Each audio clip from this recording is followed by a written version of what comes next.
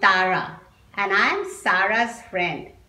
Sara is an amazing girl and loves stories. And she has a huge collection of them. And she has asked me to bring you some of her stories. So I have brought along my storyteller friend. She's a bit dumb, not as smart as me. No sense of style. Doesn't even comb her hair. Tara. Oh, here she is now. Ta-da! So I'm back with another story from Sara's selection. This one is about a lazy donkey named Gajju who was really lazy. And he hated to work. And every time he had to work, he would groan and moan. Unlike Sara and me, who are very active. Well, Sara likes to play sports and you just like to comb your hair. So, Gajju's master was a kind and hard-working merchant, and every day he would load Gajju with bags of salt and take him to the market to sell that salt. And on their way, they had to cross a shallow river. Gajju obviously would have just liked to lie around, sleeping and eating. Pasta? No, hay and grass and carrots. Carrots!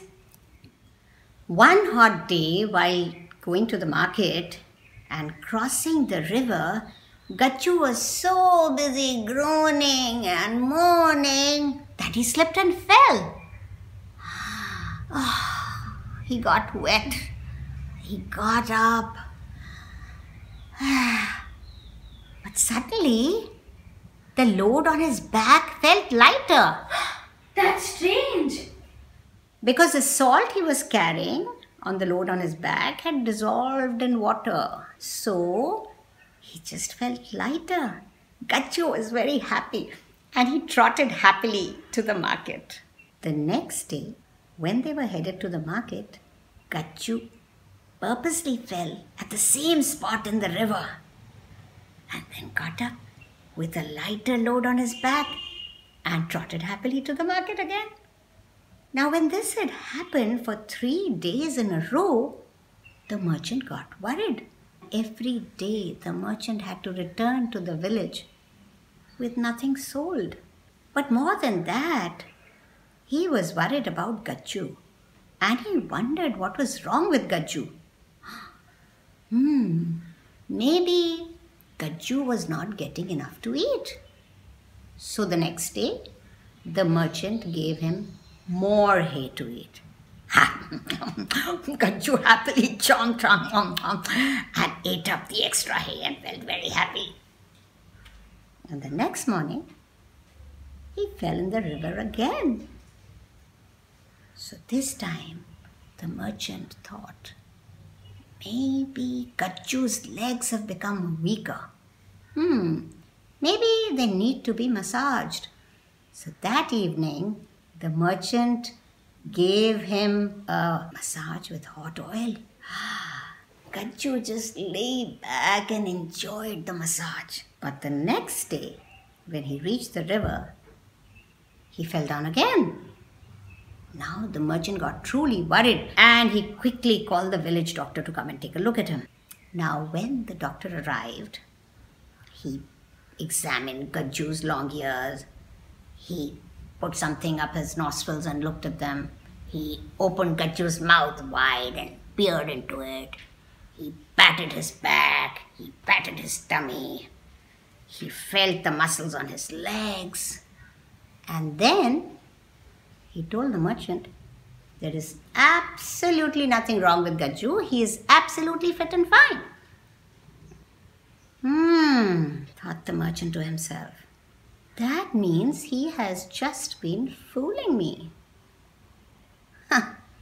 Well, let me give him a surprise. So the next morning, the merchant loaded the bags on Gajju's back again. But this time, they were full of something else.